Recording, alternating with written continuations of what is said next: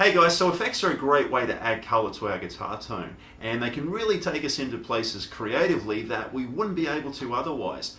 But are they a great idea to use during practice? And that's what I want to really talk about today.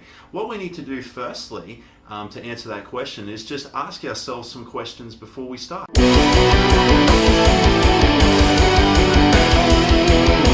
So it's important to address whether or not guitar effects actually have a place in this practice session.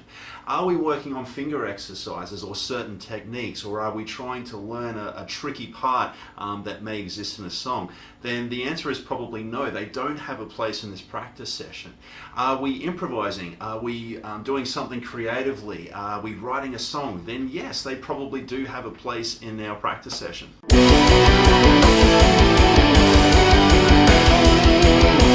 Guys, I can't stress this enough, but it really does all start with the hands.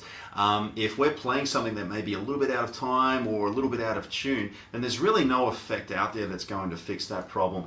We need to strip it way back and look at the guitar part on its own without any alteration of our tone. So that means turning that effect off. Effects are like spices and sauces in a meal. If we use the right amount, it can add a really cool burst of flavor to what it is that we're eating. Too much and it can spoil it. So we need to really address, do we have the right amount of that effect that we're actually playing? If it's not the right amount, we may need to dial it back. We may need to add a little bit more, or possibly just unplug it for the time being and come back to it later and start having a play around with that effect.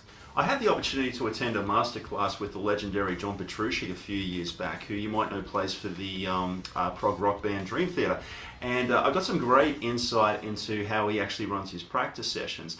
And one of the things that I found fascinating is that he practices a lot even without his amp. So not just no effects, but he actually doesn't even plug into an amp. When I started to adopt that approach into my practice, I found that my progression rate started going up much faster because it meant that I didn't even have a distraction of the amp influencing my practice. There wasn't even any EQ coloring that the amp brings in affecting the instrument in any way. It was just me and the guitar. So my answer to that question, do you need effects during practice, is both yes and no. It all depends on what it is that you're actually practicing. So next time you start a practice session, ask yourself those questions and you'll give yourself the answer of whether or not effects will play a role in your practice session. If you need a hand with anything effects related or any other areas that you're playing, why not book in for a free lesson over at guitar1on1.net. There's currently spots available Monday through to Thursday, available for in-studio and also Skype lessons. Until next time guys, happy playing, talk to you soon.